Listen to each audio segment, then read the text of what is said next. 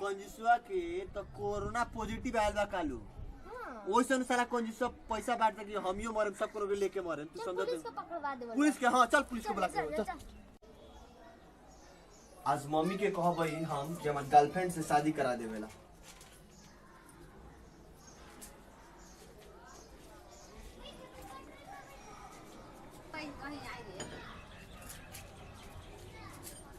मइयो हमार गर्लफ्रेंड से हमार शादी करा देई।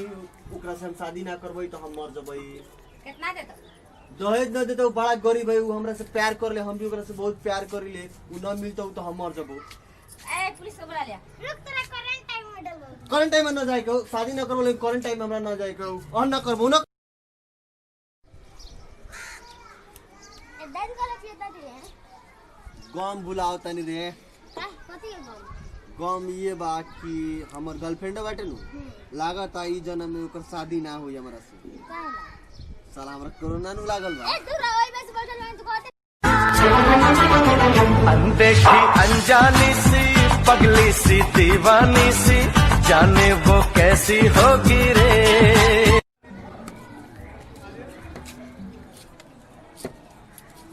केहू बाजी। कौन है रे दादा? का चाहिए भाई? भीख चाहिए। रुक ला ई का है भाई? प्लीज सैनिटाइजर हटे। अच्छा मार दे पहले मार दे। मार। एक मांगा भी सैनिटाइजर लेके घूमता। बताओ कितना कोरोना के डर बा।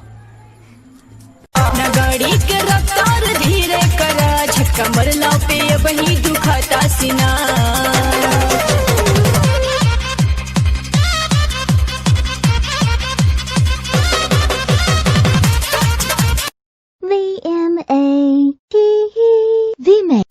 हॉट समर ऊपर से मैं भी हॉट आजा साथ लगा ले मेरे 2 टकीला शॉट।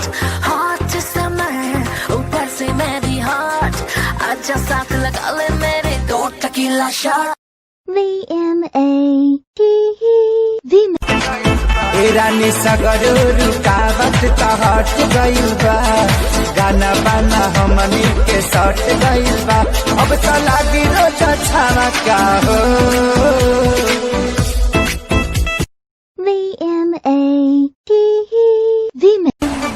धक धक करता जियरवा हो जान लागता डरवा हो।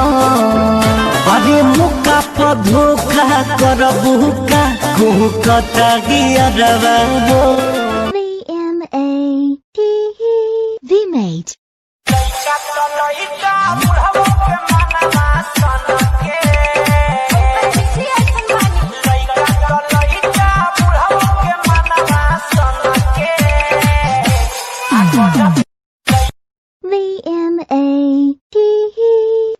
चाहत यही है कि इस कदर प्यार दूं कदमों में तेरे मैं 2 जहां वार दूं। चैन मेरा